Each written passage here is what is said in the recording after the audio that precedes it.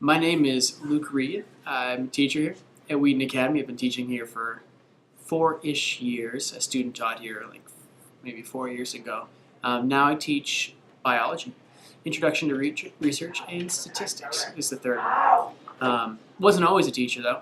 My undergraduate was just straight biology with an emphasis in biotech. My main goal is to work in a lab. Just want to do lab work all the time. So I spent probably my junior and senior lab either in the pool swimming or in the lab working. Went right from school, worked in a lab at University of Illinois at Chicago. We researched neuroblastoma, which if you don't know is a childhood cancer. Did that for a couple of years, liked it, but during that time realized that what I really liked was working with the Chicago high school students that were working in the lab too. So I went back to grad school for teaching and found myself here. So that's kind of the story of how I got here at Wheaton Academy. Outside of classes, I also do a couple clubs. Do WISE Team, which is an academic, like crazy hard test, science and engineering hosted by University of Illinois. Do Science Bowl, which is kind of a quiz one, like ringing with buzzers. Then also do Climbing Club and Climbing Team.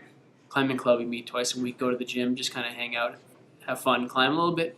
And then Climbing Team, a few times a year, we go and compete in rock climbing, which is just sweet to be like, yeah, I'm a competitive rock climber.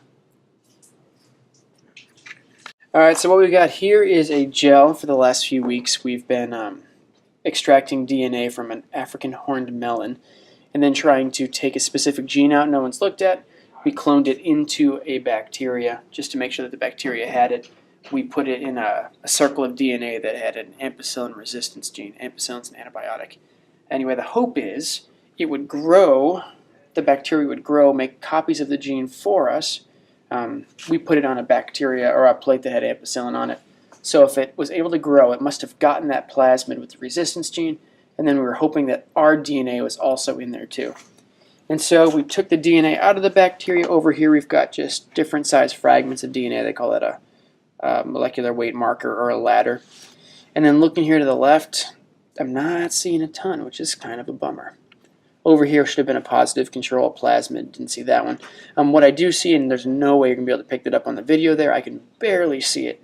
But in lane number 2 here, one of our unknowns, I see a very, very faint band up high, but it's at a heavier weight than I'd expect from our plasmid, or from our section of DNA. I think that's the plasmid of the antibiotic resistance.